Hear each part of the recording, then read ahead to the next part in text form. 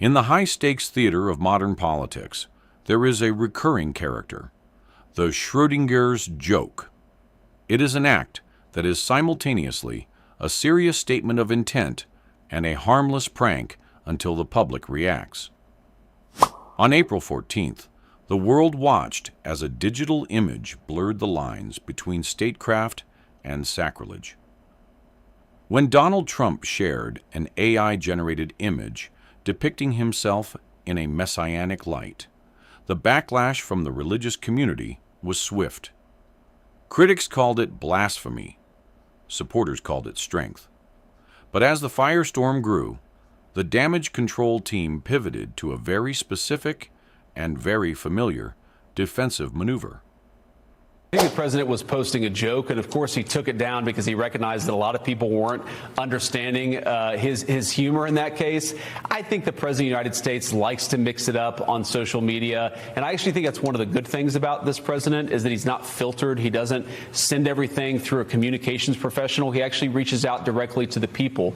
You know, when it comes to the disagreements with the Vatican, look, we're going to have disagreements, Brett, from time to time. I think it's a good thing, actually, that the Pope is advocating for the things that he cares about, but we're always going to have disagreements on matters of public policy, or I should say sometimes we're going to have disagreements on matters of public policy.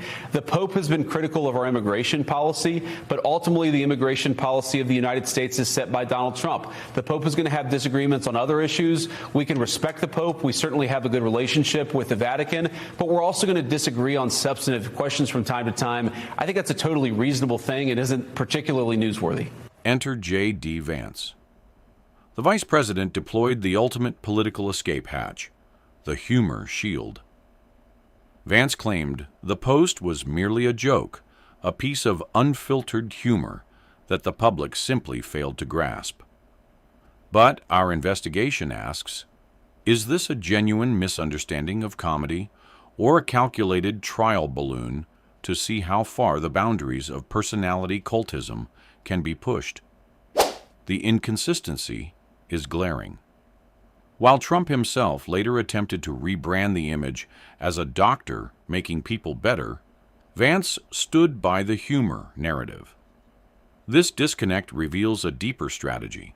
Provide multiple conflicting explanations so the truth becomes irrelevant. In the world of investigative political semiotics, this isn't a joke. It's a psychological operation designed to desensitize the electorate. Me, I did post it, and I thought it was me as a doctor, and it had to do with Red Cross as a Red Cross worker there, which we support, and only the fake news could come up with that one. So I just heard about it, and I said, how did they come up with that? It's supposed to be me as a doctor making people better, and I do make people better. I make people a lot better. As an example, the 11,000, I understand your husband's going through treatment. Yes, sir. Yes, sir. He's going through some very serious cancer treatment, so yes, sir. This goes a long way. Yes, sir, it sure does. When the sacred is used as a punchline to test political loyalty, we have to ask, who is actually being laughed at? J.D. Vance wants us to believe we just don't get it. But perhaps we see it more clearly than they'd like.